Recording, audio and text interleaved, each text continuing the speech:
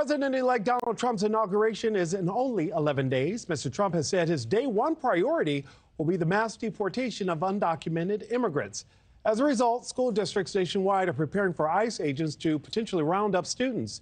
New York City, home to the country's largest school district, has been sharing protocols to try and shield kids. NewsNation weekend anchor Anna Koyman is here. Anna, can ICE agents actually go into schools and snatch up kids? Okay, so of course you're referring to agents from Immigration and Customs Enforcement, Nick. Good morning to you. Good morning to everybody at home. And that's really the question. So right now, superintendents and immigration advocacy groups are anxiously awaiting to see how fast and how far Trump's mass deportation plans will go. Could ICE agents be coming into schools, rounding up kids whose families are living in this country illegally? And how would this impact other students watching all of this unfold? Well, NewsNation spoke to the president of the largest teachers union in the Southeast. Here's what she said about those possibilities. We know that families and communities and children are anxious, and this creates another level of anxiety and vulnerability in our classrooms and in our communities.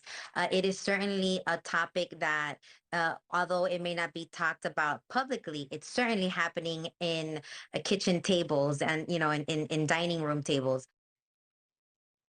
But what I'd really like our viewers to do is take a look at our screen now, because a 2011 memo from the then ICE director, John Morton, talked about implementing a more restrained approach to immigration enforcement, saying, quote, "This policy is designed to ensure that these enforcement actions do not occur at nor are focused on sensitive locations such as schools and churches unless exigent circumstances exist." That would be like an immediate threat or if prior legal approval had been given. But still, Nick, with these details foggy about how Trump's deportation plans will be carried out, we've got school districts across the country, particularly those with large migrant populations, really on high alert on this and gearing up. Yeah, and what are school officials saying?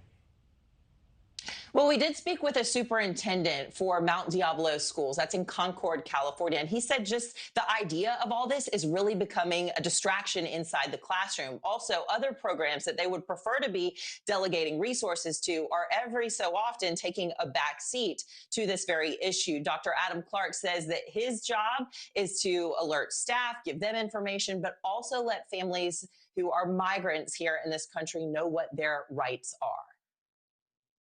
It can impact a 5, 6, 7-year-old on the playground, by kids just mimicking what they hear, but then also by our 16, 17, 18-year-olds who, are ready to make this next step into real life, and they may be worried about their own status or status of their parents or of a sibling or other relatives or friends or things like that.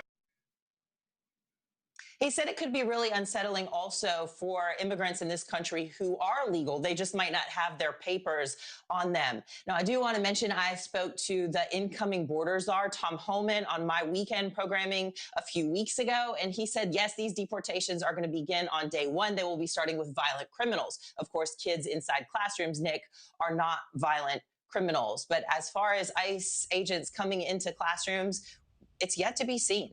So we're following the story, and the details will be unfolding for sure.